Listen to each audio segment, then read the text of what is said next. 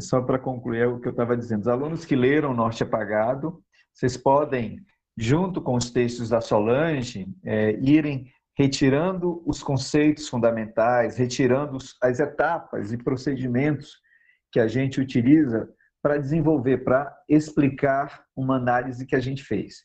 Tá? Então, esse é o trabalho que seria a espécie de avaliação desses textos, aí da introdução. Tá? E aí a gente parte para o panorama da análise do discurso. Na quarta-feira, eu estou encontrando quem tiver dúvidas e tal. Então, se alguém tiver dúvidas, quarta-noite, a partir de 6 horas até umas 8, 8h30, a gente ontem ficou até 8h30, a gente está lendo o texto, está tirando dúvida, está discutindo as coisas. Fora isso, tem o professor Almiro, que está trabalhando também, é um professor voluntário, convidado, ele está trabalhando nas tardes de segunda-feira, aliás, nas noites de segunda-feira. A professora Karen vai ficar nas quintas à tarde, além da Cíntia, né, que também, já não lembro, Cíntia, o dia que a gente combinou de você atender os alunos também. Mas diga aí, que aí está lá no seu plano de monitoria, né? Aí a Cíntia também pode tirar algumas dúvidas, né, que vocês... Professor, Oi, Cíntia. o horário tá no grupo. Dia de segunda, 10 às 11. Tá. Dia de terça, 10 às 11. Tá. De 14 às 18. Quarta, 10 às 11. Uhum. Quinta, 10 às 12. Isso. Tá dando eco? Tá dando eco, mas tudo bem. Dá para ouvir. Quinta, 10 às 12. 14 às 16. Beleza. Sexta, 10 às 11. Obrigado, Cíntia. Ok. Tá. Bom, então a gente está aqui com a professora Solange Mitman. Solange é uma amiga querida que a gente, ganhou indo participar do seminário de análise de discurso na época que era em Porto Alegre, né? Solange publicou o meu primeiro artigo, esse Norte Apagado, que vocês estão lendo aí, foi publicado no livro organizado por ela e por outros colegas. Solange é professora lá do curso de Letras da Universidade Federal do Rio Grande do Sul, em Porto Alegre. Ela trabalha nessa linha de análise de discurso e vai contar um pouco para a gente da história dela com análise de discurso. Né, Solange? Boa noite.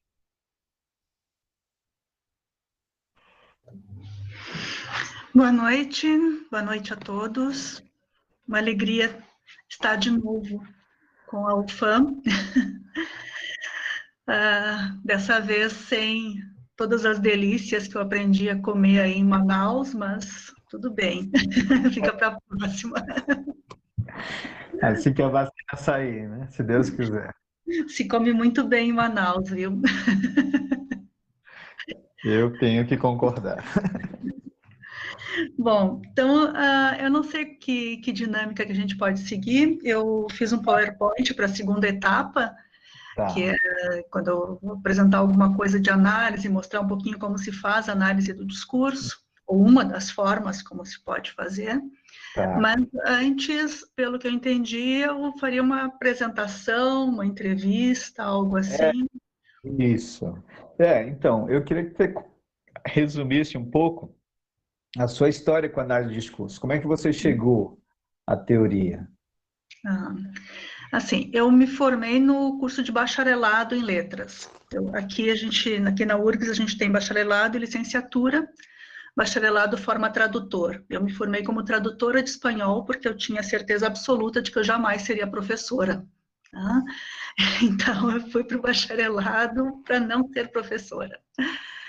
Aí eu estava no segundo ano do curso e tive aula com a Freda Endursky. E vocês não fazem ideia do que é aquela mulher. A sedução das aulas dela, a clareza com que ela explica. E ela mostrou diferentes perspectivas teóricas. Era uma disciplina que eu ministro hoje, eu herdei dela, que se chama Teoria da Análise do Discurso, perdão, Teoria do Texto. E nessa disciplina Teoria do Texto, a gente trabalha com diferentes perspectivas. Então, com a linguística textual, com a enunciação, com a teoria dos atos de fala, com a análise do discurso, e a Freda também trabalhava com a semiótica. Então, a gente tinha um panorama geral, assim, de teorias que tratavam o texto. Na turma do lado, aí vem a hora da fofoca, era uma professora da semiótica que só via semiótica o semestre todo. Então, quem fazia disciplina com a Freda já ficava encantada com esse fato de poder enxergar para além, né? Quer dizer, ela tentava trazer para a gente diferentes perspectivas, sem colocar que uma fosse melhor do que a outra. Ela sempre nos colocava que dependia dos objetivos, né? Então, foi aí que eu comecei a conhecer a análise do discurso.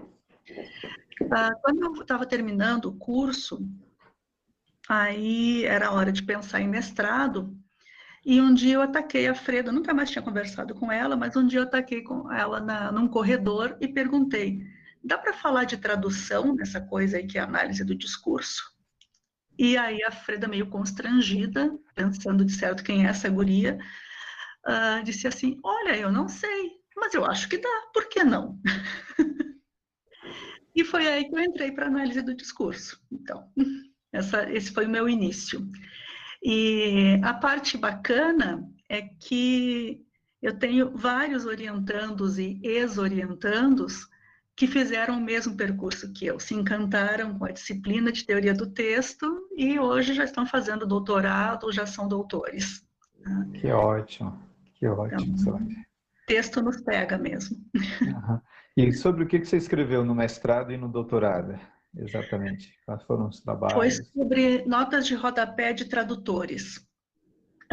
Na verdade, assim, eu não tenho mestrado. Eu entrei para o mestrado, aí, quando eu já estava quase fechando 2 anos de mestrado, a Freda concluiu que não era mais uma dissertação, já tinha cara de tese. E como ninguém nunca tinha levado a sério a tradução no âmbito da AD, então tinha uma coisa ali meio que de inédito. Tinha um texto da Eni, lá no Terra à Vista, que ela falava, eu acho que em uma página sobre tradução, e um texto do Pedro de Souza, só, ninguém mais falava sobre tradução. Então, como eu estava construindo um trabalho mais de corpo, né, a Freda concluiu que já tinha algo de ineditismo, tinha uma fundamentação teórica forte, e aí a dissertação virou tese. Então, eu não tenho título de mestrado, só de doutorado. Que bom, parabéns. Também é um sofrimento o mestrado, né? Eu costumo dizer para os estudantes que normalmente a pior fase da vida acadêmica é o mestrado, assim. Eu pensei em desistir muitas vezes, não pensa que foi maravilha, não. Eu sei. Solange, que orientações é que você daria para quem está começando a se interessar por análise de discurso ainda na graduação? Assim, quem está se apaixonando pela nossa metodologia, teoria. Depois eu falo alguma coisa de bibliografia, mas antes, eu acho que o principal, porque não adianta a gente se deparar com bibliografia se a gente não tiver sede, né? Então, o que eu teria de orientação é assim, prestem atenção no mundo, prestem atenção nas coisas que estão no entorno, até para quando vocês decidirem, eu quero seguir um caminho de um mestrado, um TCC ou algo assim, não ficar aquela coisa, eu tenho uma teoria, mas eu não sei bem o que eu faço, e faz uma coisa burocrática, sem graça, sem paixão, que vai para a gaveta e nunca mais vai ler. Então, não, começa pelo contrário, começa pelas coisas que te dão paixão mesmo no mundo, que te dão raiva, né? Tem uma expressão que os meus meninos se assustam quando eu falo, mas aquela coisa que te dá um soco no estômago, sabe? Que, opa, peraí, tem que mexer nisso. Ou porque eu odeio, ou porque eu amo, mas eu tenho que mexer nisso. E a partir daí é que vai despertar, eu acho, o analista do discurso, porque aí a gente começa a prestar atenção, aí a gente lê os textos e eles fazem sentido para a gente. Não. A gente nem combinou disso, hein? Eu acabei de falar disso. Antes de você chegar, tá falando para eles do primeiro exercício e que tem a ver justamente com isso. Que ótimo, que bom.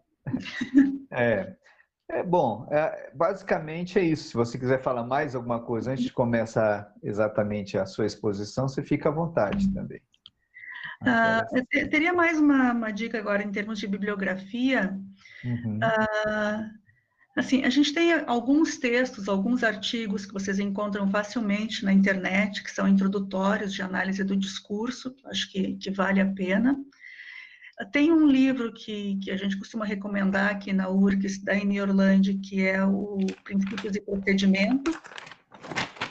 Ele traz bastante coisa importante para organizar as ideias, digamos assim.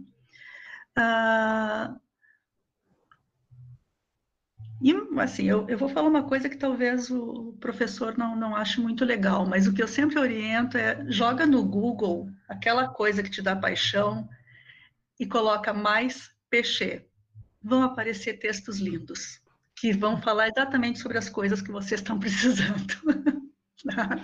Não, eu concordo, eu acho ótimo isso, assim, acho ótimo. Normalmente, quando tu estás nesse processo de analisar, trabalhar, escolher corpos, orientar análise, que tipos de corpora mais te dão prazer, Solange? Sim.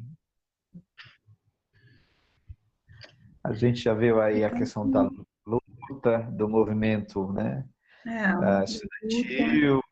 Isso, os textos de resistência, né? Acho que a gente precisa valorizar esses textos que marcam alguma forma de resistência, seja resistência contra a homofobia, contra o machismo, contra o racismo, porque já tem tanto espaço de reprodução nas grandes mídias e nas redes sociais, que a gente precisa trazer esses outros discursos para análise e para dar alguma visibilidade. E é muito estranho, de repente eu comecei a ser procurada por pessoas que queriam tratar de gênero. Então, o primeiro trabalho eu acho que foi sobre o discurso dos transexuais. Aí depois sobre feminismo, agora sobre discurso jornalístico de homossexuais. Então, eu tenho sido buscada. É engraçado isso, né? De repente as pessoas descobrem que por ali pode ter uma conversa. Esses têm sido os que eu mais tenho caminhado. As pessoas têm me chamado muito para dar palestras sobre tecnologias e eu não aguento mais. Porque eu falo de tecnologias desde a década de 90. E eu estou indo para o caminho inverso agora, eu estou indo para o analógico, com o bordado, com o tecido, Vai sair um texto bem bacana agora, escrito junto com uma colega do Pará, da Unifesp, não sei dizer o nome, que é do sul e sudeste do Pará, que é sobre as quebradeiras de coco. Então, de novo, entra gênero, mas também entra a coisa da mulher trabalhadora, né? Acho que essas coisas são as que têm mais me atraído. E essa coisa do bordado, para a gente fechar essa primeira parte, como é que é isso? Eu não sei muito bem como é que é, mas eu tenho sentido cada vez mais falta na academia de a gente lidar com coisas que não são só o racional, que não são só a lógica, a razão. Eu tenho sentido muita falta de a gente se sentir mais humano dentro da academia. E o meu caminho tem sido pelo bordado. Tem gente que está entrando pela fotografia, você entra pelo cinema, quer dizer, a gente busca essas materialidades também para a nossa entrada como sujeitos, né? E eu estou entrando pelo bordado. Bordado é uma coisa que já existia na família, né? Aprendi com a minha mãe quando eu era criança, depois larguei, depois voltei. E tenho me aproximado de pessoas que estão trabalhando com bordado de resistência, bordado de luta, né? E aí também a gente vai articulando os discursos, né? Eu fiquei curioso na época que se veio aqui em Manaus, no ano retrasado, né? Esse ano passado a gente fez o seminário de 50 anos, a Solange também estava. E aí você falou, né, do bordado, mas eu não tinha ideia, né, de como exatamente o bordado entrava. Mas aí são imagens, são textos bordados e de protestos, normalmente, ou justamente de resistência, né? Alguns são de protesto. Tem um que vai sair agora, que é sobre essa obrigatoriedade do trabalhador ir trabalhar apesar da pandemia, porque a economia não pode parar. Então, eu fiz um sobre isso. Mas também tem outros mais lúdicos. Tem um que vai sair num livro, junto com a Freda e a Luciene Jung. Nós pegamos, cada uma pegou uma coisa. A Freda está com fotografias que ela tira da janela, porque ela está presa na janela, né? Não pode sair do apartamento. A Luciene contou um sonho e eu fiz um bordado. E aí nós escrevemos um artigo sobre alguma coisa do tipo janelas na pandemia.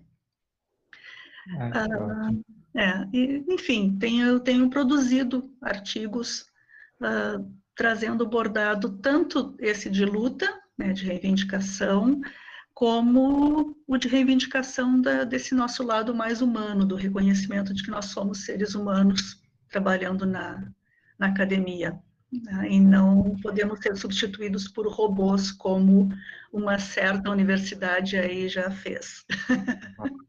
Nossa. Solange, me fala um pouco do tema da tua palestra, começa a entrar aí no que você quer compartilhar com a gente aqui, né? Essa brevíssima introdução sobre a passagem do linguístico ao discursivo, né? O que acontece? Antes, deixa eu te dizer, eu estou trabalhando com ele justamente essa coisa do real, simbólico e imaginário discursivamente. Então, por exemplo, a gente está fazendo o panorama, essa semana começa a leitura dos textos do panorama de análise do discurso, e aí do panorama a gente vai entrar em cada etapa de análise, né? Pensando assim, tentando relacionar o Péchet com o Lacan nesse trinômio aí, né? E o imaginário, normalmente, eu tenho pensado justamente nessa coisa da superfície textual, né? da empiria do texto. Desse primeiro contato, né? Exatamente. Mas aí eu quero que você desenvolva a sua palestra e depois a gente faz as conexões que forem necessárias. Tá certo. Bom, como eu não conheço a turma, é muito difícil de nivelar, sem saber o que sabem, o que não sabem, enfim. Então, deixa eu te dizer, desculpa. Tem uma turma aqui da Unemate, lá do Mato Grosso, trazido por uma ex-aluna minha, Sila. Tem o Ademir, que é orientando de doutorado da Tânia, lá na UFRJ. O Ademir está trabalhando com a Vale do Rio Doce, né? com a discursivização lá das questões das notas da Vale, né? Em torno dos desastres, né? Das catástrofes, olha aí o discursivo, hein, Ademir? Em torno do que eles chamam de, né? Oi, Ademir. Exatamente, rompimento de barragens de Mariana e Brumadinho. Isso, exatamente. Enfim, tem uma turma aí que não é da UFAM e tem os alunos da UFAM. Né? Sim. Tem uma Solange boneca também, que eu estou vendo aqui, a minha xará. Exatamente. Bom, aqui nas letras, além de trabalhar com disciplinas pensando teorias em torno de texto, no bacharelado nós também temos disciplinas que na licenciatura seriam vistas em cima da frase e no bacharelado em cima do texto. Então, por exemplo, eu trabalho com uma disciplina chamada sintaxe do texto, que na licenciatura é a sintaxe da frase. E na sintaxe, a gente não tem muito, depois que a gente é apanhada pelo bichinho da análise do discurso, não tem como fazer sintaxe sem acionar questões de sentido, de condições de produção, quer dizer, como a sintaxe ela é a base do discurso, ela só funciona porque há discurso. Então, foi pensando nisso que eu tentei colocar essa brevíssima introdução, porque é muito rápido, né? Até é bom, porque aí fica aquele gostinho de quero mais, né? Trazendo um pouquinho de sintaxe, mas sem assustar muito vocês, não vou pedir classificação, nada disso, tá? Mas tentando mostrar para vocês como nós, como sujeitos, entramos na língua. Acho que é mais ou menos esse o norte que eu sigo. Quer dizer, nós, ao nos depararmos com um enunciado, ele não diz tudo, mas nós vamos preenchendo. E o que eu tentei colocar no texto, que depois vocês leiam com calma, depois da fala, que é aquele sobre a palavra luta, foi o perigo que a gente tem de achar que deu conta do todo, e quando esse texto está solto, outros podem pegar e preencher de outras formas que não são as previstas, né? Então, luta, por exemplo, foi tomado de tal forma nas manifestações de 2013 que virou outra coisa já no final. Virou golpe, né? Basicamente isso. Começou como 20 centavos e foi se transformando até chegar a um luto e acabou se juntando, não desencadeando, mas se juntando a todo o movimento do golpe. Então, acho que a sintaxe, ela participa nisso, sabe? O enunciado, ele tem esses buracos que fazem com que a gente possa entrar e levar a diferentes efeitos de sentido. E o Peixe, ele coloca muito sobre isso, sobre a equivocidade, né, nos enunciados. Eu separei um PowerPoint vamos ver se eu consigo compartilhar aqui, senão eu mando para vocês por aí. Só um pouquinho. Eu acho que não sei apresentar agora. Vamos ver se dá.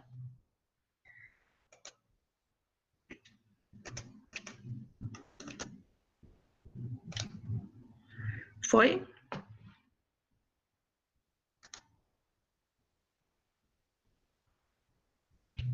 Veio sim, abriu uma outra janela aqui da Solange e vocês podem clicar aí nessa outra janela se ela não aparecer para vocês.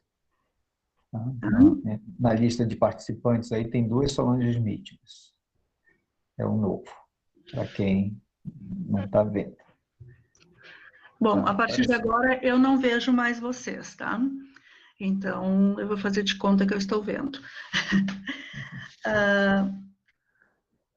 Então, para esse iniciozinho, eu coloquei aqui alguns dados meus, mas que eu já falei, né? Eu trabalho com as disciplinas do curso de letras, bacharelado e licenciatura, teoria, sintaxe do texto, revisão de textos, e na licenciatura com uma disciplina que discute leitura.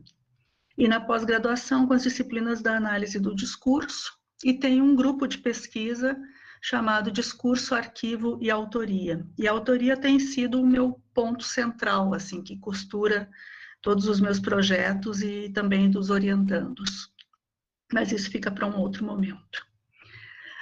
Esse carinha aqui, o Michel Pechet, é a fonte de inspiração, é um filósofo francês já falecido, e ele tinha uma inquietação que aparece muito nos textos dele, que é assim, ele não sossegava com as teorias, ele estava sempre questionando. E ele se deu conta de que,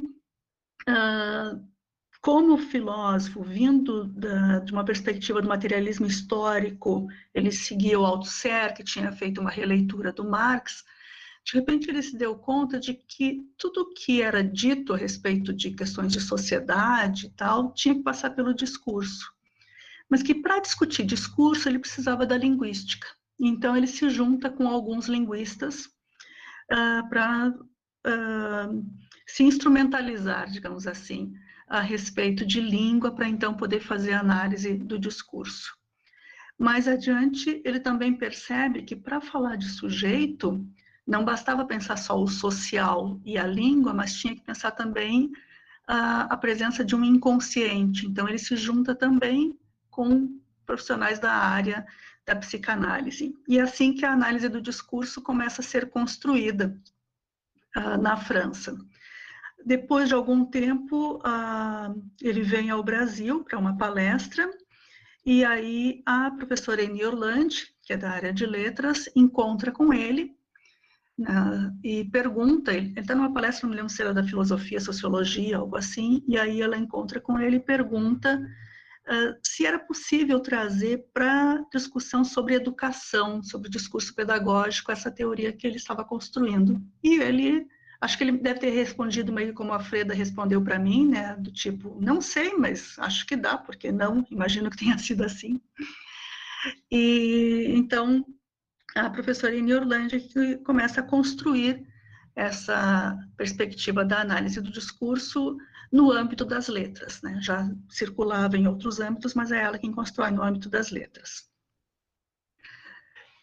E aí o que eu trago, então, para vocês é esse jogo entre o histórico e o linguístico como o que vai constituir o discurso. Então, o Péchet vem lá do materialismo histórico e ele percebe essa necessidade de abordar o linguístico para poder tratar o discurso. E hoje em dia a gente considera esses dois fatores como algo que não tem mais como separar, né? Depois eu vou tentar mostrar para vocês o porquê. Num texto dele de 1969, ele fala de condições de produção como relações de forças e relações de sentidos, que daria mais ou menos para a gente dizer assim, que quando a gente fala, a gente está estabelecendo tanto relações de forças, o nosso posicionamento em relação a outros posicionamentos, como relações de sentidos com outras leituras anteriores e até com leituras futuras que ainda possam vir a acontecer. Então, posições entre sujeitos e sentidos entre os discursos, eles vão constituir essa produção de um novo discurso. Aí eu trouxe um exemplinho que eu acho que deixa claro para a gente. Se a gente pega o mesmo livro da Bíblia e coloca numa discussão entre 4 pessoas, um padre, um monge budista, um historiador judeu e um tradutor ateu. Esse livro não vai significar da mesma forma para essas 4 pessoas. Por quê? Porque entre esses 4 existe uma relação de forças, cada um vai tentar vender o seu peixe, né? Entre eles existem relações de sentidos, porque cada um deles tem já outras leituras já feitas, que vão dar sustentação a essa leitura que ele faz sobre esse livro da Bíblia. E essa conversa, então, não vai ser uma conversa de todos concordamos com tudo, até porque se fosse para isso não haveria conversa, né? A gente conversa justamente porque está tentando convencer o outro de algo. E se está tentando convencer o outro é porque o outro não está convencido. Então, de novo, relações de forças, relações de sentidos. É como eu estou tentando fazer aqui neste momento, né, com vocês. Estou tentando vender o meu peixe, tentando dizer que a análise do discurso é a melhor teoria de todas, e ao mesmo tempo eu sei que cada um de vocês tem suas próprias leituras de muitas coisas do mundo, né? E a gente vai entrando nesses choques, pequenos choques entre posições e leituras e efeitos de sentidos. E é isso que faz discurso, tá? Então, a análise do discurso, a partir daquilo que eu coloquei antes para vocês, ela vai se formar com esse grupo que o Péchet vai acabar coordenando, essa ânsia dele de trazer pessoas de diferentes áreas para dar sustentação à teoria. Ela vai articular, então, saberes do materialismo histórico, da linguística e da psicanálise. No âmbito da linguística, que é o ponto que interessa para quem é das letras, nesse âmbito tem 2 aspectos fundamentais, que são a sintaxe, né, essa estrutura da língua, e a enunciação, ou seja, uma língua que está em funcionamento entre os sujeitos. Disso, a gente tem um nó que se forma em que, se a gente tira um desses elementos, já deixou de ser o nó, né? Então, se na análise do discurso ela vai sendo feita por essas 3 regiões, o discurso também vai ser pensado a partir de 3 elementos que têm relação com essas regiões. Então, da linguística, a gente toma a concepção de língua. Da psicanálise, uma concepção de sujeito que é atravessado pelo inconsciente. Do materialismo histórico, as condições de produção, mas que também só existem por causa do sujeito e que só se produzem porque existe língua. E disso tudo a gente tem o discurso. Então, não se separam esses elementos. Porque se separar já é outra coisa, já não é mais discurso nessa concepção da análise do discurso a partir de Michel Pechet. A respeito dessa relação, então, entre a língua, o sujeito e o histórico, e essas condições de produção que fazem parte do histórico, tem um textinho do Pechet que eu retirei um pedacinho que diz: o sentido de uma palavra é determinado pelas posições ideológicas que estão em jogo no processo sócio-histórico, no qual as palavras, expressões e proposições são produzidas, isto é, reproduzidas. Bom, eu não vou falar toda a história do que a gente tem aqui, mas posso dizer de início que ele está se baseando em Althusser, mas ele traz um ponto fundamental que é as palavras, expressões e proposições são produzidas, isto é, reproduzidas. Ou seja, a gente não tem um sujeito que de repente acende uma lâmpada e dali a gente tem um discurso. Não, a gente tem reproduções, produções que já estão por aí e que a gente repete, mas que quando repete também já é outro. É sempre pela enunciação, é um novo discurso. Tá? Então, são as posições ideológicas que estão em jogo, tem um processo que é social, que é histórico, que é ideológico, e é nesse jogo todo que a palavra vai fazer sentido. Tá? E, portanto, que a gente vai produzir discurso. E aí eu trouxe um exemplo para a gente pensar num desses casos de uma palavra, que é a palavra violência. Então, nós temos aqui num cartoon, uma pessoa segurando um cartaz dizendo chega de violência, e uma outra pessoa segurando um outro cartaz dizendo também acho, né, que remeteria ao também acho chega de violência. Né? E a pergunta que se pode colocar é o que pode significar violência para um e para outro. Né? Quer dizer, violência pode ser uma palavra que pode deslizar de uma condição em que um sujeito se encontra para uma outra condição em que outro sujeito se encontre. E aí, violência passa a significar de forma diferente. Tá? Então, nesse cartoon, a gente tem os sujeitos, tem a palavra e tem as condições de produção em que cada um deles produz a palavra, diz a palavra. Né? Isso dentro de uma cena. E uma cena maior do cartunista que nos apresenta essa contradição. O que é a contradição? Essa possibilidade de a palavra significar de formas diferentes, porque a sociedade é feita por contradições, por classes diferentes, por posicionamentos diferentes. Tá? Trago um outro exemplo para a gente pensar. Isso aqui eu peguei de uma notícia de jornal daqui do Rio Grande do Sul. Existe uma cidade aqui chamada Passo Fundo, e houve, então, um fato que foi noticiado. Traficante mata médico e é morto pela polícia. E no subtítulo, o enterro de mais um pai de família passofundense comoveu a comunidade. Então, nós temos 3 sujeitos presentes no título: o traficante, o médico e a polícia. Mas não são os 3 sujeitos que estão ali. O que nós temos é uma construção discursiva sobre cada um desses sujeitos. Né? Poderiam ter sido outros, por exemplo, em lugar de traficante poderia ter sido homem, em lugar de médico poderia ter sido morador da cidade, e assim por diante. Mas, então, as pessoas estão significadas, recebem essa etiqueta: traficante, médico e polícia. E uma construção sintática em que o primeiro sujeito age sobre o segundo e o terceiro sujeito age sobre o primeiro.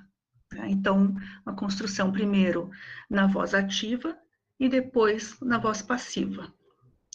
E nesse resultado nós temos que os sujeitos das pontas são os agentes, né? Mas que o primeiro, além de agente, é também paciente, tá? Da ação da polícia. Mas o ponto que eu quero chegar é o enterro de mais um pai de família passo-fundense comoveu a comunidade. Se isso é um subtítulo do título de cima, mais um pai de família nos remete para um desses elementos que foi apresentado em cima, né? Só que em cima eu tenho 2 mortos. Eu tenho o médico, que foi morto pelo traficante, e o traficante, que foi morto pela polícia. Qual seria o referente de mais um pai de família passo-fundense que foi enterrado? Eu não tenho uma desambiguização, quer dizer, eu não tenho um único referente, porque o título me apresenta os dois. Né? Mas aí eu perguntaria para vocês, e agora eu vou me desfazer aqui um pouquinho para poder enxergá-los, tá? Vamos ver se vai dar certo. Aí eu perguntaria então para vocês, quem é o pai de família?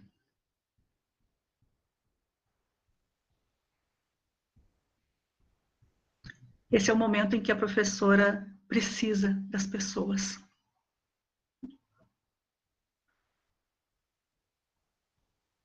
Indubitavelmente é o médico. Indubitavelmente. Por quê? Indubitavelmente. Porque comoveu a comunidade. Morte de médico comove comunidade.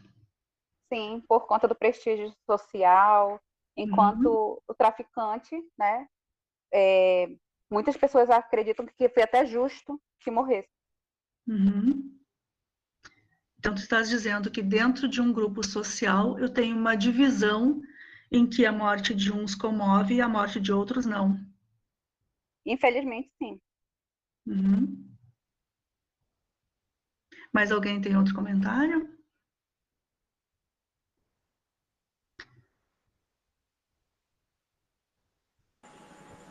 Oi, tá me ouvindo? Sim, Juliane. Eu concordo também que seja um médico pela forma como é colocada a notícia e porque trouxe essa comoção, né? O traficante também poderia ser um pai de família, mas como se colocou o médico, então, obviamente, tenha sido ele.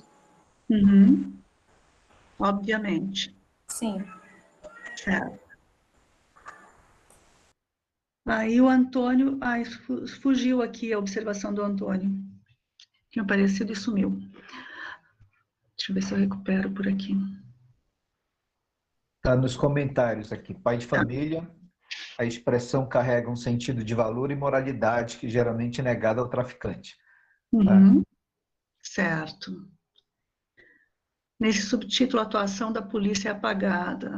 O médico simboliza a vítima, que é um homem moralmente correto dentro do contexto apresentado. Pergunta punk, eu gostei, pergunta punk. Médico.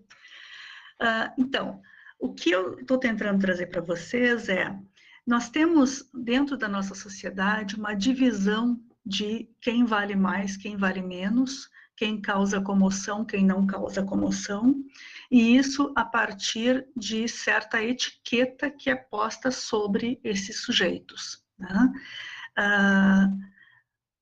Traficante é uma etiqueta posta sobre um sujeito que parece que não pode ser retomada como um pai de família cuja morte cause comoção, né?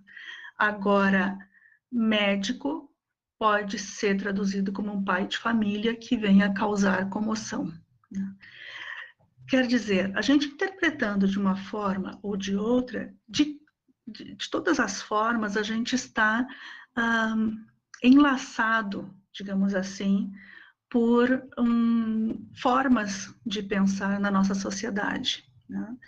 E a nossa tendência é a da reprodução. E essa reprodução, ela aparece com as palavras, como as meninas disseram de início, óbvio. É óbvio que é esse. Né? É óbvio que não é outro. Né?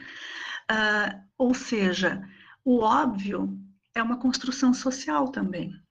Né? O que nos é apresentado como a evidência do sentido o Althusser diz isso, né? É o ponto primeiro da ideologia. É a gente não perceber que está sendo laçado pela ideologia e que está reproduzindo discursos. Né? Então, a nossa leitura, ela reproduz discursos. Por isso que eu falei antes em reprodução. Né? E qual é o nosso papel em pensar a partir da análise do discurso? Não é dizer, não é esse, é aquele. Não é isso, porque a gente está caindo de novo, né? Cai de uma interpelação ideológica e cai em outra. Né? Sai de uma, cai em outra. Mas é de levantar questões, levantar perguntas. Né?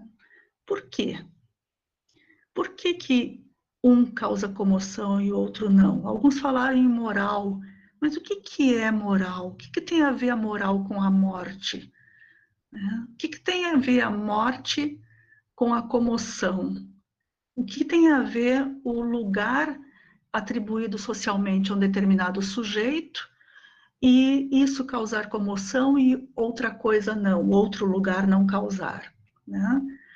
E se eu tivesse toda uma outra história do tipo, o médico era aquele que foi preso porque estuprou várias mulheres e o traficante era um cara super bem querido na cidade porque era filho de pessoas legais, que todo mundo gostava e todo mundo tinha um certo carinho pelo moço. Bom, talvez aí o moço não fosse chamado de traficante, né? Então, a gente pode se perguntar sobre as etiquetas. Por que um foi chamado de médico e o outro foi chamado de traficante? Por que quando fala da polícia, apresenta na voz passiva e não na voz ativa? Então, é isso que a gente faz em análise do discurso. A gente não vem dizer, não é isso, é aquilo. Não, a gente vem perguntar. E é mais ou menos isso que eu vou tentar mostrar para vocês, perguntas que a gente pode se fazer diante de alguns enunciados. Tá? Eu estou amando os comentários de vocês aqui, muito legal. Também poderia ser o traficante em comover a comunidade, quem seria essa comunidade? Perfeito, de que comunidade estamos falando para que gere a comoção? Né? O médico faz parte do grupo do cidadão de bem, o bem é o status social. O que é cidadão de bem? A gente tem um menino aqui que está estudando essa expressão, cidadão de bem. Né? Infelizmente, os títulos se tornam estigmas sobre as pessoas, isso, as pessoas são significadas pela palavra, olha que interessante. Quer dizer, pai de família significa X para médico. Médico significa X para um ser humano. Então, as palavras significam os sujeitos. Não se trata, de novo, de acender uma luzinha e eu resolvi chamar assim. Não, as palavras estão aí no mundo. E o nosso trabalho é fazer perguntas sobre essas palavras. Não trazer respostas prontas, mas perguntar. Agora eu vou voltar ao meu aqui, vocês me dizem, só um pouquinho, porque a coisa aqui é meio lenta. Eu sou lenta, a internet é lenta, vocês já viram, né?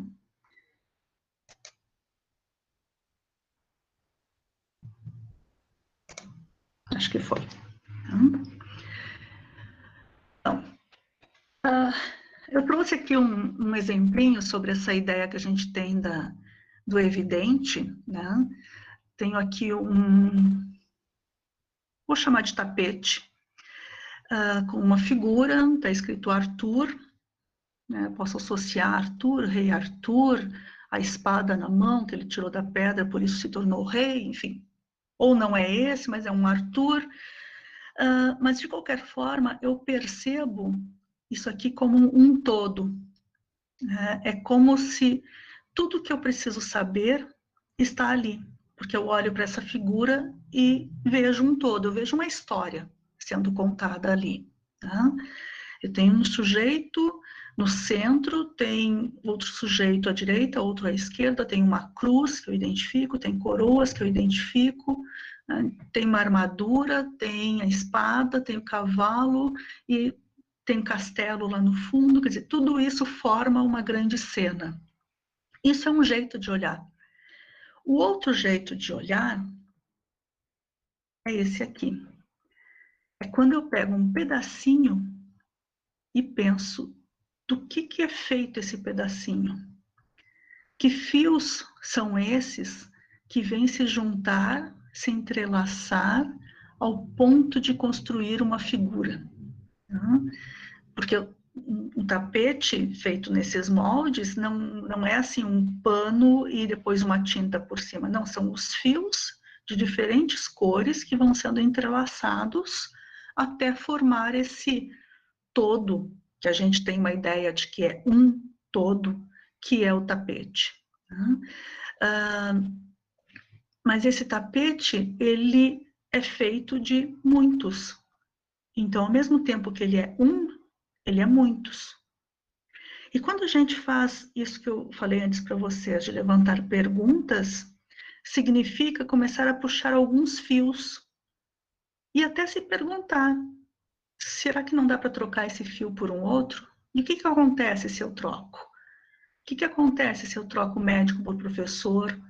Se eu troco traficante por usuário de drogas? Se eu troco traficante por jovem? Se eu troco policial por médico e assim por diante? O que acontece? Então, que fios são esses? De onde que eles vêm? Como que eles se entrelaçam? E como que a gente pode abrir esses fios pensando de outras formas? Então, esse é o nosso trabalho na análise do discurso. A gente tem essa base que é o texto, né? A gente se depara com o texto e a partir dali que a gente trabalha. Então, a gente tenta observar como é que esse texto está construído linguisticamente, né? Ou por outras materialidades, como nesse caso do tapete. Tenta relacionar com as condições de produção em que esse texto foi produzido, lembrando que condições de produção, pelo que a gente viu antes, envolve relações de forças, posições e também relações de sentidos. Né? Então, que relações de sentidos estão sendo estabelecidas quando eu tenho a palavra médico num título, por exemplo. Né? E é isso que faz a gente pensar a respeito de discurso. Então, se eu tenho algo que é uma base, que é esse entrelaçamento das palavras, das frases, isso vai me mostrando um texto, que é aquilo que eu olho como um todo. É um efeito de todo. Ele tem bordas, ele é fechado. No momento em que eu penso esse texto como discurso, ele deixa de ser um todo, e eu passo a pensar nas condições de produção, nos sentidos ou efeitos de sentidos, nas posições que estão ali presentes. Eu vou voltar para o tapete aquele antes. Notem que nesse tapete a gente tem uma espada que vai para além da borda do tapete, lá em cima. Tem também as orelhas do cavalo que vão para além. Então, aquilo que parece ser o fecho do texto, que são as bordas, acabam se abrindo para o que vem para fora. E é assim que a gente pensa o discurso, como esses fios que vão se entrelaçando, mas que também, ao mesmo tempo que dão um efeito de um todo fechado, quando a gente começa a mexer, começa a vasculhar, a gente vai abrindo e vai percebendo interligações, relações com uma exterioridade, com outros discursos, com outros sentidos possíveis, né? Ou mesmo com discursos impossíveis. Tá? Então, a gente tem um duplo caminho, digamos assim. A partir de determinadas condições de produção, relações que estão na sociedade, Né? O médico já estava na sociedade chamado de médico, por exemplo. O traficante já estava na cidade chamado de traficante. Então, eu tenho esses elementos já presentes e já identificados na cidade. Daí eu tenho a produção de discurso que se materializa, que se materializa num texto e que eu consigo analisar através da língua. E como analista do discurso, eu faço um movimento contrário. Eu observo no texto como é que essa língua se organiza ali dentro, pela sintaxe, pela morfologia, pela fonologia, quer dizer, qual é a materialidade de onde eu parto para fazer a análise, para então chegar ao discurso, mas o discurso não é o meu ponto final. Eu costumo brincar dizendo que o objetivo do analista do discurso não é analisar o discurso, é fazer essa passagem, ir para além do discurso e pensar as condições de produção.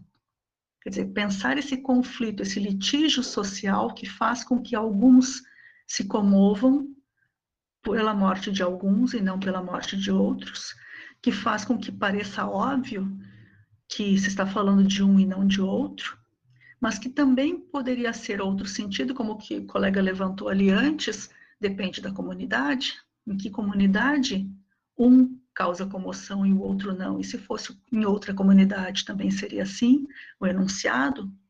Então, aí eu já chego às condições de produção.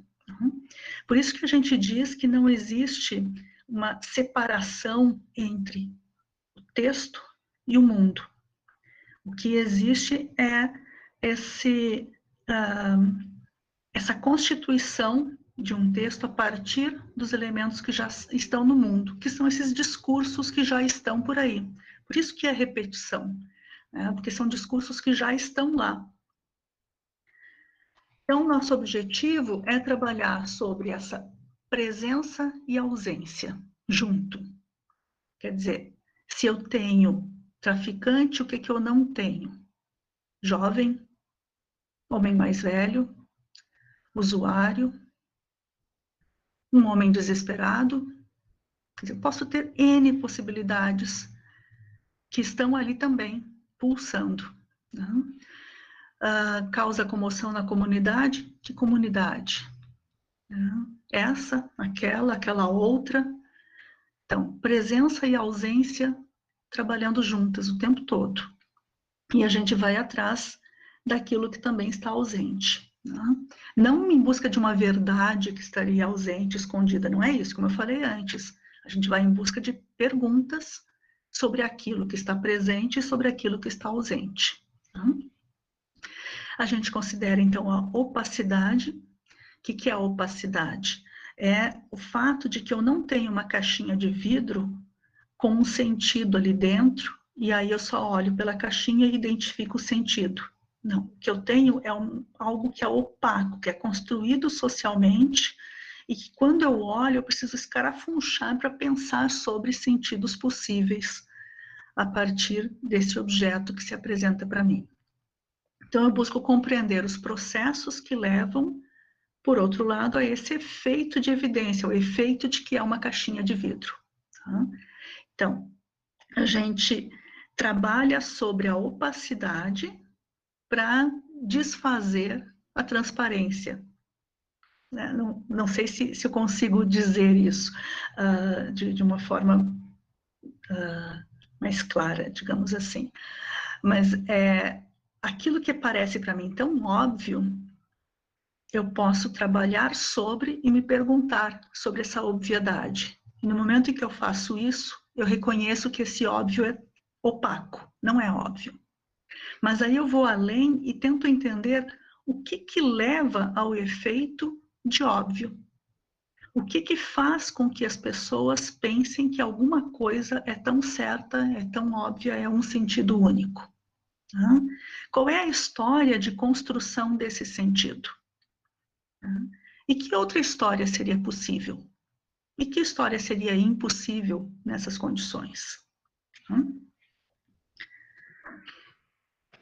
Então, voltando às condições de produção, como eu tinha falado antes, eu tenho as relações de forças, tenho as relações de sentidos, e o Pechet traz mais um ponto que ele chama de imaginário, que é qual é a imagem que um sujeito faz dos outros sujeitos a quem ele se dirige. Qual é a imagem que eu estou fazendo de vocês? Qual é a imagem que cada um de vocês está fazendo de mim? Mas dá para ir além.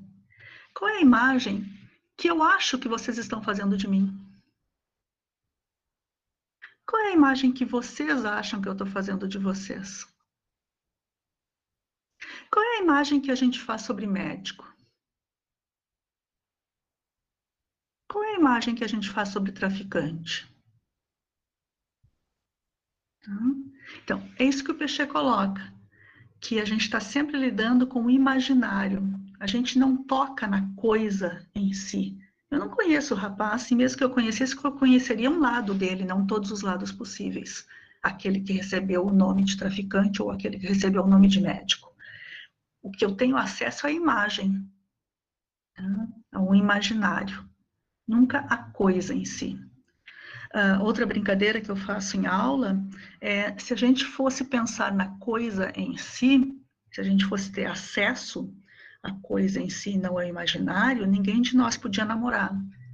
Porque a gente ia imaginar que o namorado ou a namorada é feito de ossos, sangue que corre pela veia, tecidos de carne, tecidos de cartilagem, nervos. Quer dizer, a gente não enxerga isso quando olha para uma pessoa.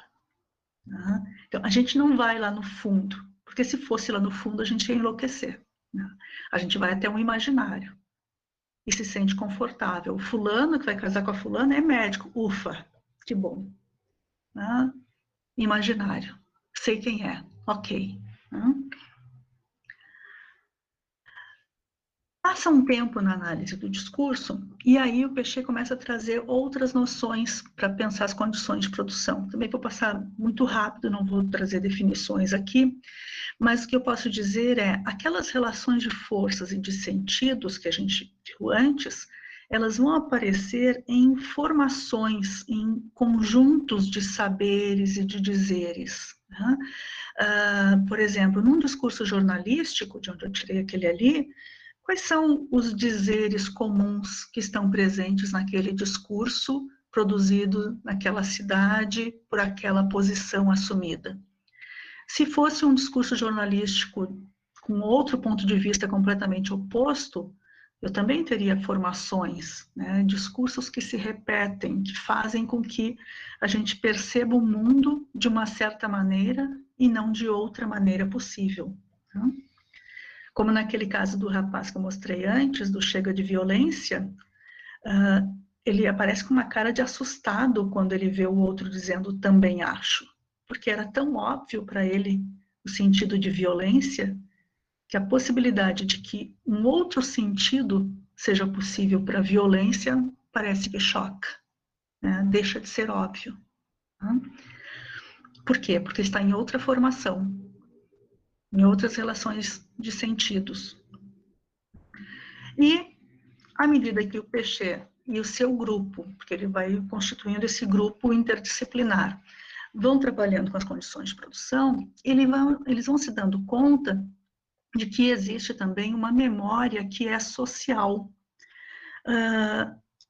Isso que eu vinha dizendo antes, que a gente repete tanto, a gente repete porque já está lá, já está na nossa história. Né? Certos sentidos já estão repetidos e repetidos e repetidos na nossa história e a gente repete sem nem se dar conta. Tá? Então, aí a gente chega à noção de ideologia. Também tem que passar rapidamente aqui, mas lembra que eu falei antes que o Peixe, ele toma por base os estudos do Althusser, que está fazendo uma releitura de Marx. E o Althusser, ele pensa a ideologia como, assim, sabe quando a gente está caminhando na rua e aí alguém chama o nosso nome e a gente olha? Ou a gente nem olha, mas a gente pensa, opa, está me chamando? É isso que é a interpelação. A gente escuta e responde. né? A gente é laçado por aquele que diz o nosso nome. Tá? Aí a gente leva um susto e pensa, não, de repente não era eu, era outra pessoa, mas enfim, já fui laçado quando eu ouvi meu nome. Isso é interpelação. A gente é chamado e responde. Em Orlando diz que também é uma injunção à interpretação. A gente é levado a interpretar o mundo de certas maneiras. Tá? A gente é conduzido, é convocado. Tá? Quando a gente lê a palavra traficante, já vem carregado. Né? Traficante é isso, significa isso. Tá? E aí vem um conjunto de coisas que a gente já sempre ouviu sobre traficante. Tá? Então, essa injunção a interpretar de uma certa maneira, que foi como a gente aprendeu a interpretar. E que vai levar, portanto, a um direcionamento dos sentidos, quer dizer, o sentido vai numa certa direção. Então, traficante e médico morrem. Pai de família recupera o quê? Recupera traficante, recupera médico, vocês associaram. Pai de família está ligado com comoção. Quem é que causa comoção? Quer dizer, isso é direcionamento de sentidos. Né? Os sentidos já estão lá na sociedade, sendo direcionados, encaminhando numa certa direção, ao ponto de que quando a gente vê outro sentido vindo de outra direção, a gente leva um susto e pensa, opa, peraí, não, será? Acho que não sei. Então, a nossa análise, ela envolve puxar fios, como daquele tapete lá. A gente procura que vozes são essas que estão falando junto com a gente, que sentidos estão em conflito, os possíveis, os impossíveis. Então, a gente vai selecionando o material, organiza, relaciona, junta cacos, tenta encaixar uma coisa na outra, vê que não dá muito certo, vai adiante e assim por diante. Eu vou pular essa parte aqui, que eu quero ir lá para a luta. É que professor é assim, a gente junta um monte de coisa, né? Ah, não, antes da luta eu quero chegar nesse aqui. Então, um dos textos que foi passado para vocês é aquele sobre a heterogeneidade, a sintaxe e a heterogeneidade, e ali eu trago duas notas, dois textos que são produzidos no mesmo momento, a partir de um mesmo fato, né?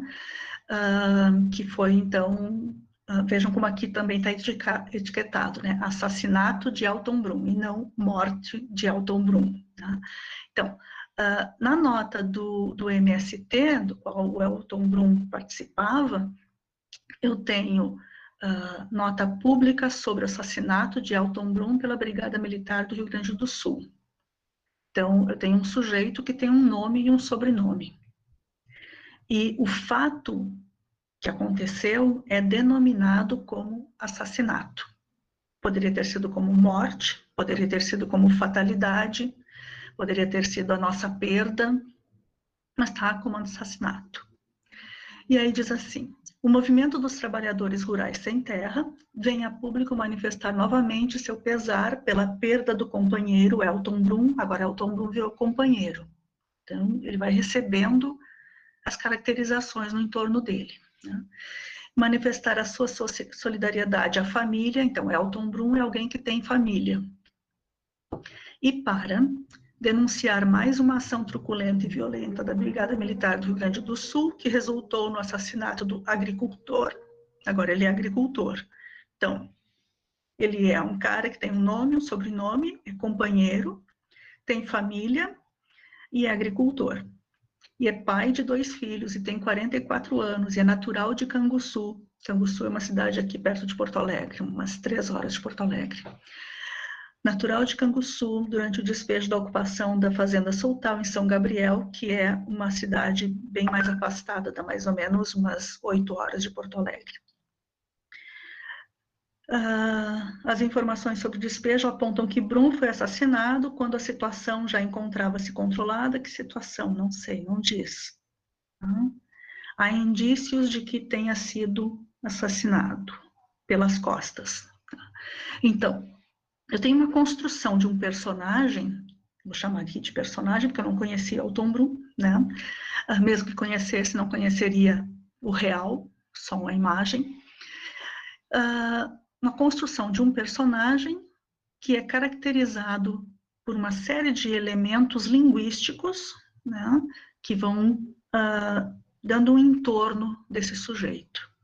E também tem uma descrição da brigada militar, né, também com uma série de elementos que vão se apresentando. A Brigada Militar do Rio Grande do Sul, é aquela que assassinou, é diferente de dizer aquela que matou, que é diferente de dizer aquela que controlou a situação, enfim.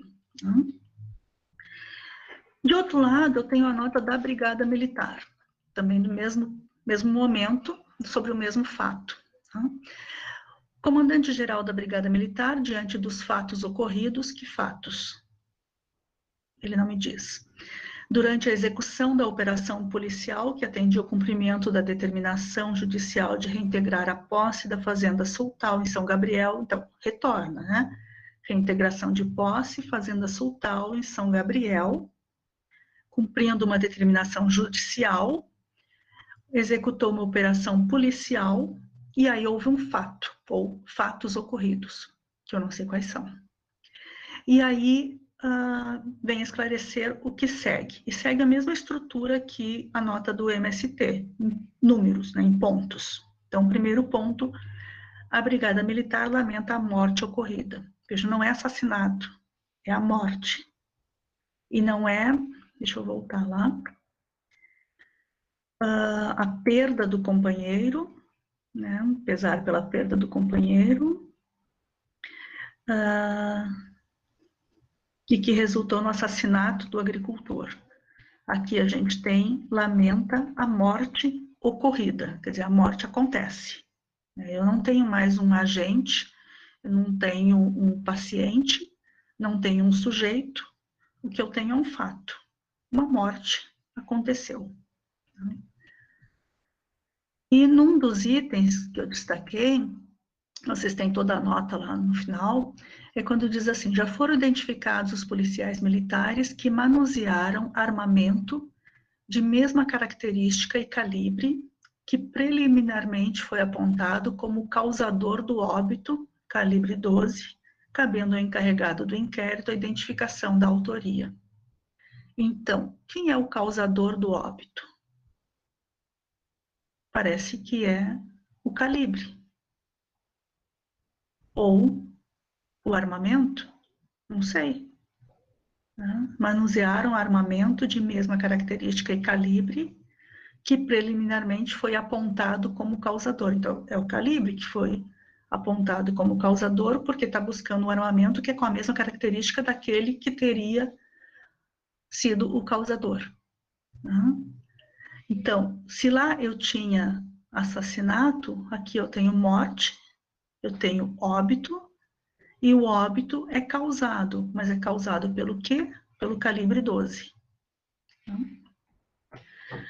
Então, deixa eu voltar de novo. Um pouquinho. Bom que eu já expliquei que eu sou lenta, né? Depois eu retorno.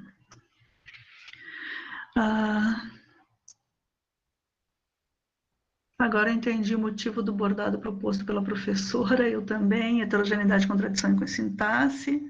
Temos o texto, a situação é o despejo da ocupação da Fazenda Sultal, isso.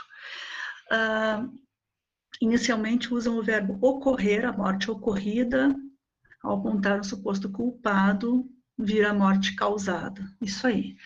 Então, eu trouxe para vocês dois discursos, tá? Claro que aqui foram fragmentos, mas vocês têm lá os textos, os dois textos completos com início, meio e fim, como a gente espera de um texto, né? Completinho, um todo, com início, meio e fim, que quando a gente desmonta ele, vai puxando os fios, a gente vê que não tem fim, na verdade, porque cada um de nós entra e esgarça esses fios e vai abrindo mais e mais e mais, né? Então, fica o convite para vocês abrirem mais e mais esses textos. Mas o que eu tentei colocar, trazendo esses dois, a partir daquilo que eu tinha posto antes, que a gente tem que olhar para a estrutura, para a língua, como é que a língua está sendo apresentada ali, né? Então, assassinato e morte não são a mesma coisa. A construção do fato é outra, né? E como diz o pessoal do jornalismo, a notícia de jornal, ela não traz o fato, ela constrói o fato. Eu tenho uma realidade lá fora, uma coisa que aconteceu, mas no momento em que eu discursivizo, no momento em que eu conto, isso já não é mais a coisa lá fora, já virou uma narrativa. Tá? Então, é uma construção. E a seleção das palavras, a articulação dessas palavras, dizer uma coisa, não dizer outra, vai nos mostrando que o discurso não tem fim, que ele não está fechado como no texto. Mas, ao contrário, eu tenho conflitos presentes ali. E tanto a nota do MST como a nota da Brigada Militar apresentam esses conflitos, né? E, ao mesmo tempo, deixam lacunas. Então, como eu mostrei antes, o MST diz que aconteceu alguma coisa, mas ele não fala que foi um confronto lá naquele início. Foi um fato, e aí resultou no assassinato, quando a situação já estava controlada, quer dizer, você tem que catar pedaços para ir preenchendo esses buracos. Quando a Brigada Militar se apresenta, ela também não vai trazer tudo, ela vai dizer a morte ocorrida. Que morte ocorrida? Isso é um sinal de que tu tem um discurso anterior que está cobrando da Brigada Militar um posicionamento, como havia um discurso anterior cobrando do MST uma nota. Tá? Então, os discursos, eles são produzidos porque são provocados por outros discursos. Por isso que não tem início nem fim. É sempre um sobre o outro, um a partir do outro, e de outros, e de outros, e de outros. Tá? Como é que eu estou de tempo? Já são 8h30. Eu vou tentar ir bem rapidinho para a parte ali só para deixar para vocês também o gostinho, que é da palavra luta. Tem alguém falando alguma coisa? É o Luiz? Para você ficar à vontade. Assim, acho que turma sabe que quem quiser sair, sai, quem quiser continuar, continua. A maioria está continuando aí, apesar do temporal aí que estão dizendo que está caindo em Manaus. Aqui está tranquilo, só relampejando. Só relampejando. Por enquanto, temporal. Sabe que é meio assustador, eu estou olhando aqui 42 pessoas, nossa, é muita gente, que legal, e que medo, que responsabilidade. Então tá, eu vou ligeirinho só para esse da luta, também para deixar para vocês, que vocês continuem pensando e fazendo as suas próprias perguntas, né? Talvez a análise do discurso ajude a construir perguntas, acho que pode ser isso. Tá? Só um pouquinho.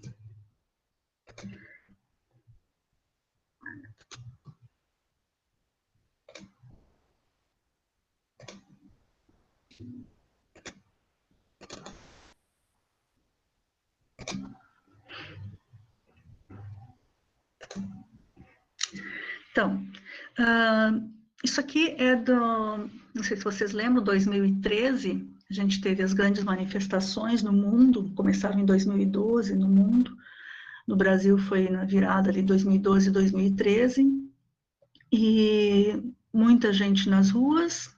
Essa aqui é uma foto que é em Porto Alegre, na cidade onde eu estou, no centro da cidade, esse prédio amarelo ali é o Mercado Público. E à esquerda a gente tem um outro movimento que é de maio de 68. Também movimento nas ruas. E por que eu coloquei esses dois? Isso aqui é de um trabalho que eu apresentei no SEAD, que é um evento que a gente tinha aqui, que agora está em Recife. Foi em 2013, e eu peguei umas análises que o Pechet tinha feito de enunciados que corriam em maio de 68 e tentei ver se havia uma repetição com relação aos enunciados que corriam em 2013 no Brasil. Tá? Foi só, assim, não tentando aproximar dois eventos, porque é claro que as condições de produção são completamente diferentes, mas para ver como é que o discurso funciona, era isso que me interessava. Como é que o Péchet podia ajudar a inspirar as análises dos discursos. Então, o Péchet e a Jacqueline Vessélios, eles fazem uma análise de panfletos que circulavam na época, de organizações estudantis, e aí eu coloquei aqui um desses panfletos que eu achei no Google, né? E num determinado momento diz assim: através deste canal de informação, o poder tenta ocultar, isolar e ridicularizar nossas lutas. Bom, o Péchet e a Vessélios, eles pegam essa palavra luta, ou o verbo lutar, e tentam observar quais são as palavras que estão no entorno, antes, depois, né? E vão se fazendo perguntas no entorno dessas palavras. Então, por exemplo, de luta, luta de quem, luta contra o quê, luta contra quem, com quem, pelo quê, por quem, onde, etc. Na análise dos panfletos, essa análise vocês encontram num livro chamado História e Linguística, ou Linguística e História, eu nunca sei. E aí o último capítulo é esse texto do Péchet. Eu tenho ele escaneado, se vocês quiserem, posso mandar depois. Então, eles vão se perguntando, luta de quem contra o quê? Eram 3 movimentos estudantis, panfletos, então era a luta dos estudantes, mas às vezes também convocavam os trabalhadores, então dizia assim, luta dos estudantes e dos trabalhadores. Luta contra o quê? Aí alguns panfletos diziam luta contra o presidente, ele era o de Gaulle na época, outros diziam contra a violência policial. Luta com quem? Com os trabalhadores, né, com outros estudantes. Luta pelo quê? O que eles estavam reivindicando naquele momento? Melhores condições, democracia, etc. Luta por quem? E luta onde, que era a luta nas ruas e assim por diante. Tá? Então, aqui algumas respostas que foram aparecendo lá nos panfletos.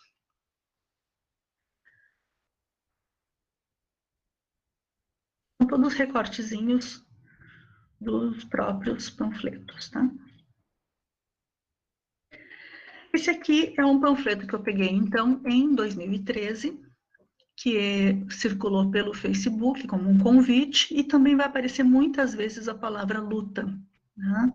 Então, a luta não vai parar, os motivos centrais da luta, nossa luta é contra a mercantilização, a nossa luta é pela efetivação, é pelo fim, é pelo direito, quer dizer, dá para fazer o mesmo formato de análise que é linguístico, é olhar o que está no entorno da palavra luta, né?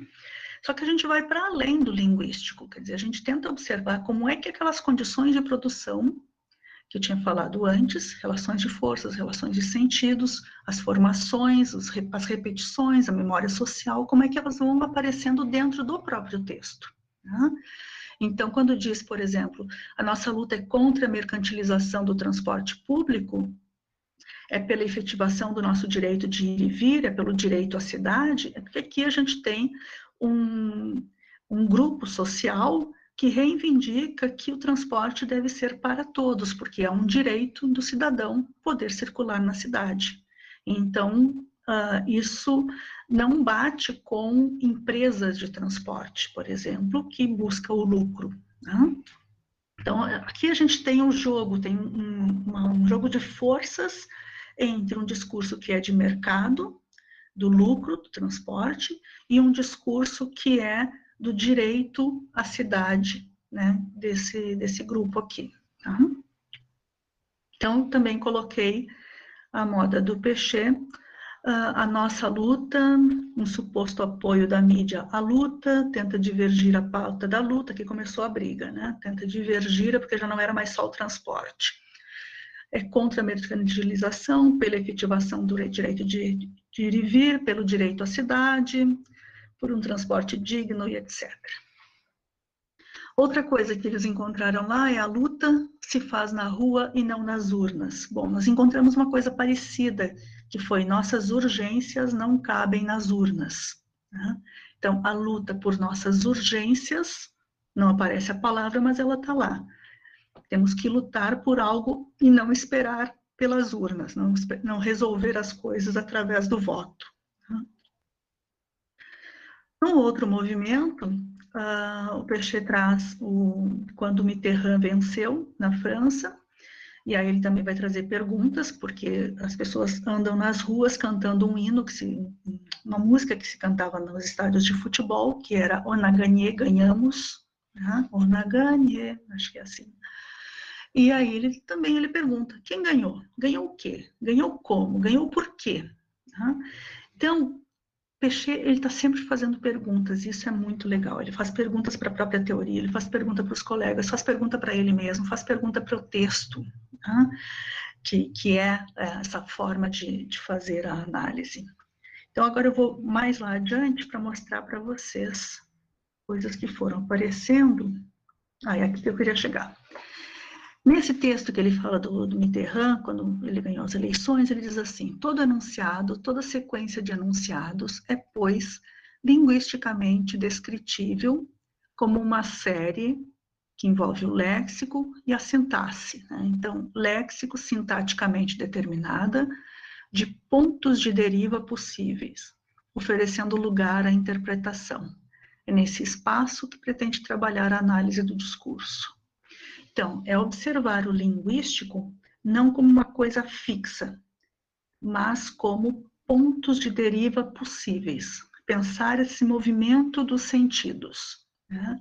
Então, o enunciado ele pode ser pensado observando a estrutura de língua, mas também observando como que os sentidos vão deslizando a partir das condições de produção.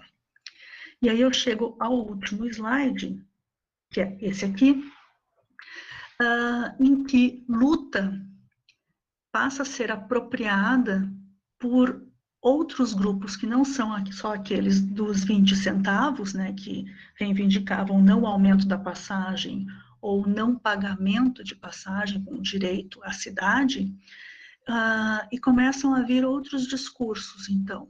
Verás se um filho teu não foge à luta, que é trazido do hino nacional, ali com o menino, obrigado por estarem lutando pelo meu futuro, Brasil, e o bom guerreiro não foge à luta, até chegar a luto pelo meu país, em que luta vira luto. E a gente já não sabe mais se é o luto de lutar ou se é o luto da morte, de estar em luto. Então, luta vai sendo apropriado de tal forma que começa a correr assim, muito nas cidades a palavra luto, que já apontava, então, nesse momento, mais para o final de 2013, já apontava para o descontentamento com quem estava na presidência da República. Então, lutamos porque estamos em luto pelo nosso país, porque esse governo nos colocou em luto. E assim vários enunciados começam a se repetir, até que a gente chega ao grande golpe. Então, isso foi que eu queria mostrar para vocês, que a gente se questiona a respeito desses movimentos de sentidos. A gente se questiona a respeito das estruturas linguísticas, como elas vão sendo transformadas. E, ao mesmo tempo, a gente fala sobre aquilo que não está dito, pensando, e não poderia ser de outro jeito? E se for de outro jeito, o que acontece? E se luta vira luto, acontece o que socialmente?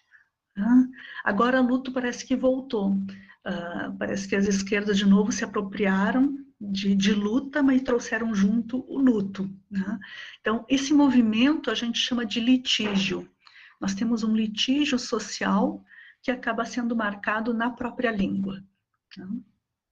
E o trabalho de análise do discurso é esse de escarafunchar a língua, os textos, tentando observar esse litígio.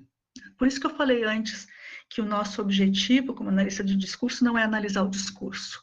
Esse é mais um passo. A gente analisa a língua, o texto, o discurso, para pensar as condições de produção. E o que envolve as condições de produção. Envolve os litígios sociais, as relações de classe, os conflitos, as alianças. Esse movimento que é próprio da sociedade, carregado de uma memória e, ao mesmo tempo, levando a um efeito de um sentido. Lute como uma garota, isso aí. Né? Então, os enunciados retornam, e quando retornam, já retornam de outro jeito. Né? Quer dizer, a gente tem um movimento de sentidos que, ao mesmo tempo em que repete, se torna outro. É isso que o Peixe chama de pontos de deriva. Né? Não é qualquer deriva, não é um barco a deriva no mar que nunca mais vai se achar, mas porque a gente tem pontos, quer dizer, e vai para cá, vai para lá, e a gente vai tentando acompanhar esses movimentos, não para dizer qual é o sentido certo, qual é o ponto certo, mas para pensar o que está empurrando esse barco. Né? Isso é pensar sobre as condições de produção e a relação entre o linguístico e o histórico. Se eu conseguir resumir de um jeito meio grosseiro, e eu peço desculpas. Tá? Era isso que eu tinha.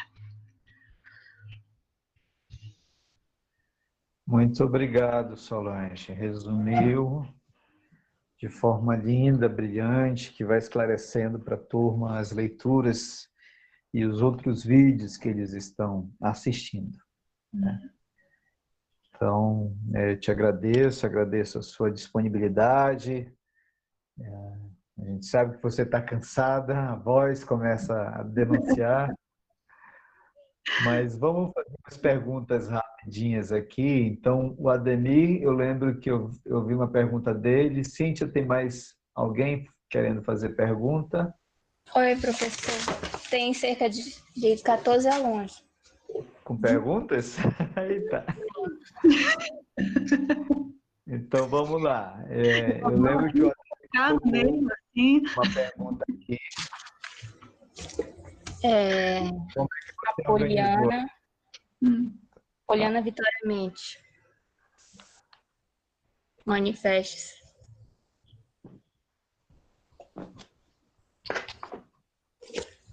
Como é que você escreveu como? Assim, eu lembro que eu vi uma pergunta do Ademir. Essas perguntas são as que você recebeu? Sim. Ah, no grupo, Tem né? a Débora também. Débora Ribeiro Bacelar. Beleza. Tá, então vamos lá. Se elas não mandaram, tem a do Ademir aqui no 18h51. Enquanto elas não se aproximam, não falam, eu vou Porque eu colocar bati aqui. print. Oi? Eu bati print das perguntas. Ah, então você pode enunciá-las. Elas perguntaram antes ou depois do Ademir? Como é que está essa ordem? Foi antes. Então tá, coloque aí, por favor. Só um momento. Bom, deixa eu fazendo aí, você vai me dizendo quando encontrar. Professora Solange, a seu ver, em que medida a tradução pode hoje interferir na repetição e circulação de discursos e na construção de saberes? Essa é uma. Você prefere ouvir 3 perguntas, Solange, e a gente ir avançando? Se tiver em relação, mas dificilmente vai ter outra sobre tradução. Tá, pode responder então, que a Cíntia vai se encontrar. Eu vou responder de um outro jeito. Assim, a tradução, ela tanto pode repetir como ela pode transformar. Né? Ela pode repetir porque ela pode repetir a partir de, por exemplo, se a gente está traduzindo de uma determinada área, tem termos que já são usados naquela área. Tem saberes que são repetidos naquela área, e o tradutor precisa conhecer esses termos e essas repetições para fazer um texto que seja entendível naquela área. Então, nesse sentido, ela repete, né? Na tradução do cânone também repete muito, mas tenta também atualizar para cada momento, né? Então, repete e transforma. Agora, eu estou orientando o pessoal que está trabalhando com tradução, mas que está pensando justamente a tradução que faz o contrário, que não repete, que tenta marcar certas lutas sociais a partir da tradução. Então, por exemplo, a gente tem hoje em dia a tradução feminista, tem a tradução queer, tem a tradução das mais diversas lutas sociais. E esse pessoal está discutindo os termos, né? Então, assim como a gente tem discussões de termos no nosso meio, a gente também tem essas discussões de termos na discussão sobre a tradução. Então, se você tem, por exemplo, um texto que no inglês está todo com, sei lá, eu vou dizer, eles não têm marcação de gênero em algumas coisas, em substantivos e artigos. Aí tu vai passar para o português, vai colocar tudo no masculino, como a gramática diz, ou vai usar as outras possibilidades, né? No caso dos pronomes também. Então, nós temos já discussões a respeito não só da reprodução, mas também da transformação a partir da tradução.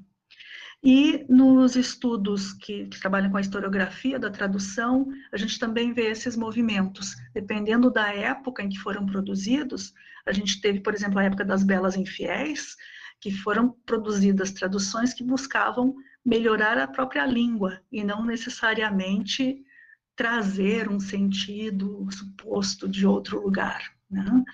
Aqui em Porto Alegre nós tivemos a editora Globo, que os tradutores eram, assim, os grandes escritores da época.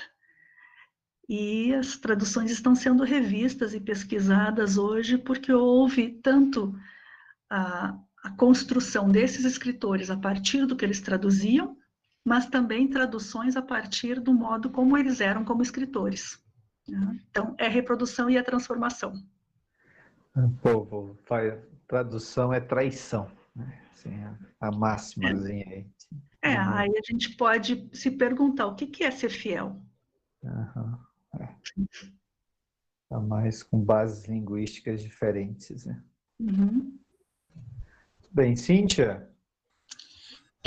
Eu tenho uma pergunta de Eduardo Augusto, e ele perguntou o seguinte: Olá, sou Eduardo Augusto, e minha pergunta é sobre as tendências de apropriação do uso de hashtags com cunho político, como forma de esvaziamento.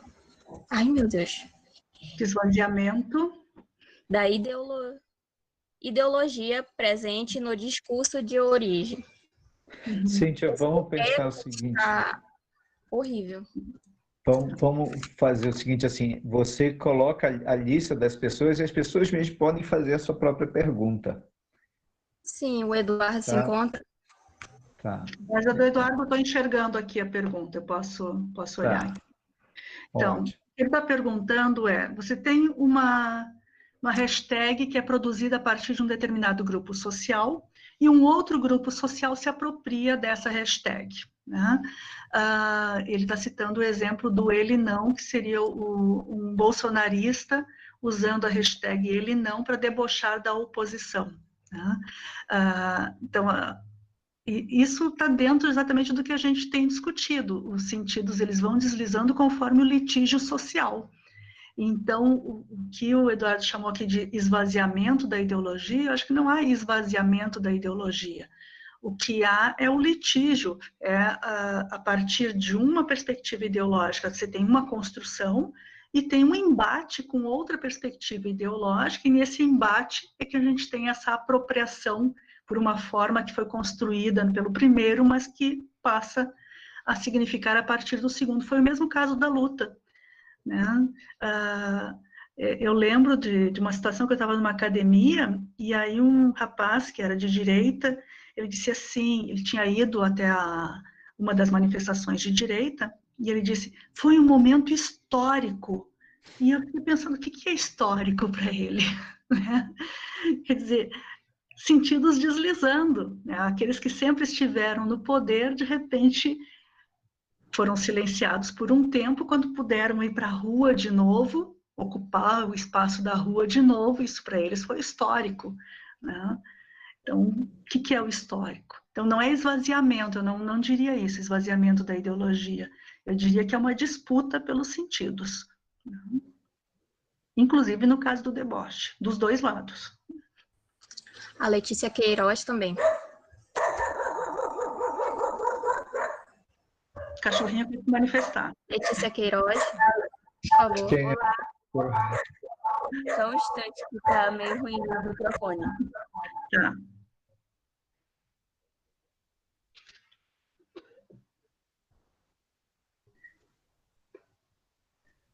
Cíntia, de repente você pode... Oi, boa noite, professora Boa Solange. noite.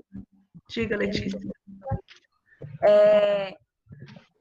A minha pergunta era bem direta sobre o artigo, né, de lutas, que era porque lá você faz as duas comparações, né, de contenção e deriva.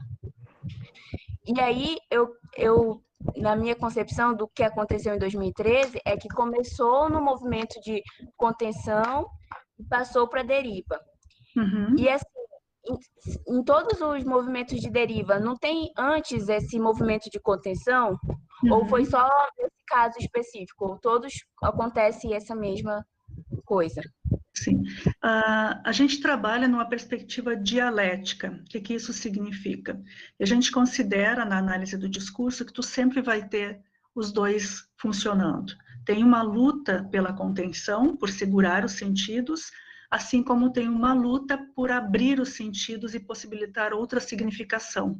Só que abrir o sentido e significar levar a outra significação, a outra posição, também vai levar, de novo, a uma tentativa de contenção para que não volte ao sentido anterior, né? Então, o tempo todo a gente tem esse conflito entre abertura e fechamento, né? Eu não sei se vocês já trabalharam com a noção de formação discursiva, mas a gente trabalha com a ideia de que tu tem uma formação com certos dizeres, certas determinações,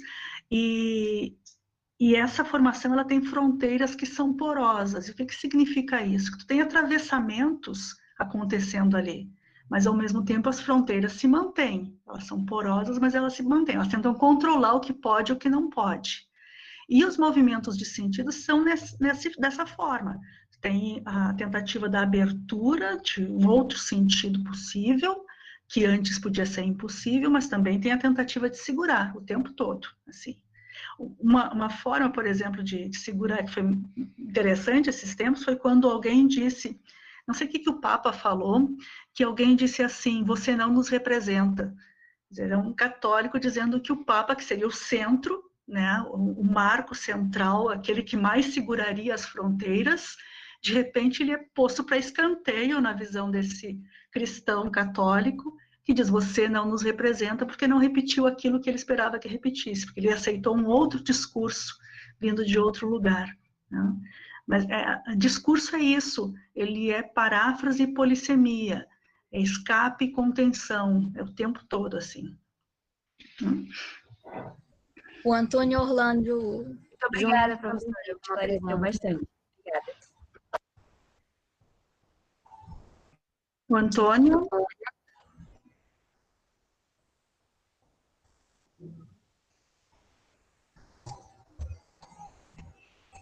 Tem uma pergunta do Daniel também. Isso, 30 segundos. Se não participar, a gente passa para o próximo. Daniel está online. Minha pergunta era outra. Mas já que ela já foi respondida, eu posso fazer outra aqui. O que seria a contenção e deriva de um movimento de interpretação? A contenção é essa tentativa de segurar o sentido, de manter o mesmo, né? de levar um efeito de que o sentido é aquele, não podem ser outros.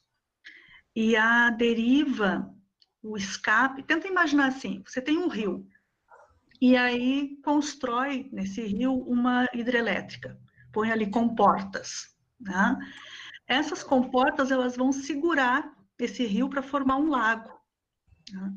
Então, a contenção, quando tenta segurar esses sentidos, para que eles não escapem, para segurar o lago, o sentido é esse, está fechadinho aqui. Mas tem tanta pressão acontecendo desse rio que continua querendo correr, que tem o escape. E aí os sentidos deslizam, vão ser outras coisas.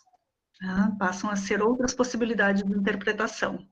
Na sala de aula, em escola, por exemplo, a gente tem muita contenção. Por exemplo, quando cita os autores que já leram os livros e que são os grandes mestres que dizem o sentido é esse, né?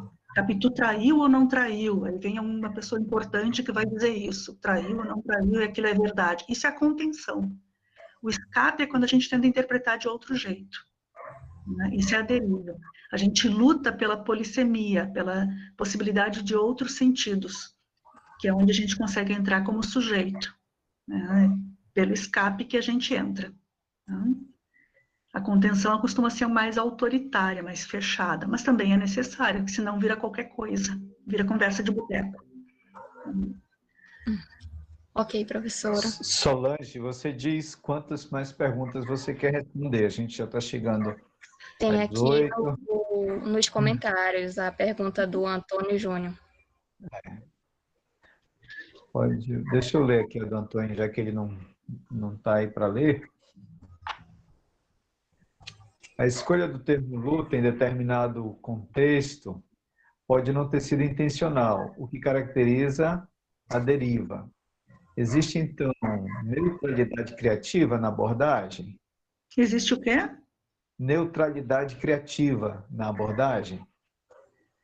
Se, ao contrário, ao fazer o recorte da palavra luta, o analista está intencionalmente consciente de que nela estão embutidos os embates de classes opostas, esse filtro não pode revelar certa tendência de análise? Antônio Orlando Júnior. Você acha que é possível alguém não ter tendência? Tem uma piadinha que eu acho ótima, que é um cara que estava em cima do muro, e aí o outro que está lá embaixo começa a dizer, o anjinho, né? Começa a dizer, desce para cá, desce aqui para o céu, vem para cá. E aí o cara que está em cima do muro olha para o outro lado do muro e pergunta para o diabo, e tu não vai dizer nada? E o diabo diz, o muro é meu.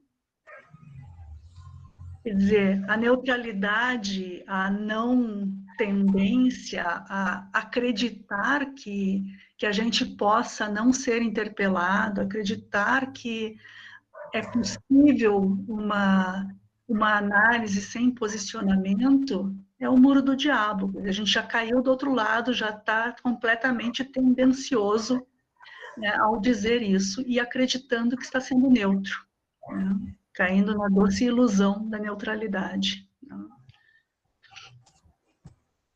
A Milena também tem uma pergunta. Só um pouquinho, assim, eu acho que o Antônio está querendo falar, dizer, com essa neutralidade criativa, é que o sentido pode ser qualquer um, né? E no texto da Solange, ela relembra a Eni, né? Falando que existem relações de força que direcionam o sentido para um lugar ou para o outro, né? Pode ser vários, mas também não é qualquer um, né, Solange? Não é qualquer um.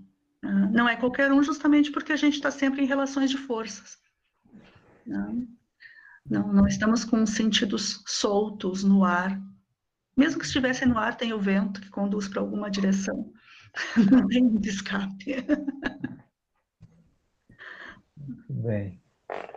Mais uma pergunta, Solange? Bom, mais uma. É da Milena.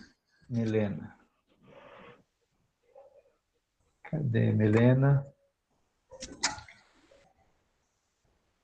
Raios, trovões, chuva. Acho que a Milena saiu. Produção. Ela havia perguntado o seguinte: quais as principais diferenças entre materialidade linguística, materialidade histórica e materialidade discursiva? Elas estão interligadas entre si? Sim. Eu tenho um exemplinho que eu gosto de usar. Toda bordadeira tem isso aqui, é um vidrinho onde a gente guarda os restos de linha. Tá? Por que eu uso isso aqui na aula? Porque eu quero pegar só o fio verde claro. Tá? Eu quero só o verde claro, que é a materialidade linguística. Tá? Não dá vêm os outros juntos. Ele até está ali no meio, mas veio junto o histórico, veio junto o discursivo. Então, a nossa separação, ela é só metodológica, é só para dizer que eles estão lá. Mas o discurso, ele é feito da materialidade linguística e da materialidade histórica. Por isso que eu falei antes que a gente não tem essa separação do dentro-fora. Né? Quando a gente analisa, pega uma frase e vê o verbo lutar, precisamos lutar, ponto. E a gente vai completar esse lutar contra o quê? Com quem? De que lado? Para quê? De que jeito? Onde? Aí a gente está dizendo que o histórico está ali preenchendo esses buracos. Né? Então, é junto, não tem como separar. E isso é a materialidade discursiva. Por isso, quando a gente faz uma análise, a gente não diz assim, então eu peguei aqui a materialidade linguística. Não, a gente pega a materialidade discursiva, que é feito do linguístico e do histórico. Quando eu separei o linguístico e o histórico, foi pela questão metodológica. Tá? Foi para dizer assim, os dois estão juntos, mas é que nem esses fios aqui, eu não consigo pegar só um e tudo junto. Não tem jeito, ó. Puxa um, vem vários, assim. Tá? Eu só quero puxar a brasa para minha sardinha, ou vender o meu peixe, né? Não, e pensar que a materialidade, ela é linguageira, né? Quer dizer, existe uma estrutura significante, ela não é necessariamente linguística. No caso, por exemplo, do cinema, você vai trabalhar numa imbricação material, como diz a Suzy. Né? Então, você tem o linguístico, né? Sim, o texto, o verbal, né? Às vezes verbal escrito, mas o verbal falado. E você tem as imagens e os sons, né? Além do linguístico. Então, a gente pode pensar que essa materialidade, essa cadeia significante que a Solange está falando do linguístico, ela pode se dar como ela chama mesmo no texto, né? Tem o imagético, o sonoro, as outras coisas, tá bom? O próprio Peixe, naquele texto que ele fala lá das condições de produção, lá em 69, ele diz assim, imagina que tu tem dois caras discursando num plenário lá, um deputado, e de repente ele olha para outro deputado e dá uma piscadinha. Isso é a materialidade. Né? Ali tu tem discurso, ali tem alguma coisa acontecendo que merece análise.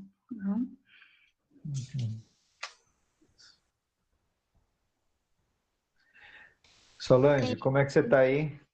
Cansada. Podemos encerrar, então? Vamos. As outras perguntas a gente deixa para quarta-feira. Se a Solange quiser participar na quarta-feira, ótimo. Se não, eu tento responder o que eu puder. O que eu não puder, eu encaminho para ela. Isso. Eu peço para ela gravar uns áudios aí, eu encaminho para vocês. Certo. Combinado assim? Combinado. Solange, muito obrigado pelo seu tempo, muito obrigado pela sua disponibilidade, pela sua generosidade. Eu sempre gosto de ouvir a Solange porque a gente aprende mais, né? E ela é tão didática, com exemplos, tão organizadinha com as coisas, eu acho ótimo. Se visse a minha vida agora, não ia dizer organizadinha, não. Muito obrigada, professora. Obrigado. Prazer. Desculpa, pessoal. A gente está com o tempo ultrapassado. Na próxima semana, então, o discurso não é uma camada, do Círio Pocente, e tem também um outro texto dele que eu esqueci agora, mas vamos lá. Observações sobre o interdiscurso, que é a leitura 6 na nossa sala de aula, aí no Google Docs. Tá? Quem tiver interesse, pode pedir da Cíntia o endereço da sala.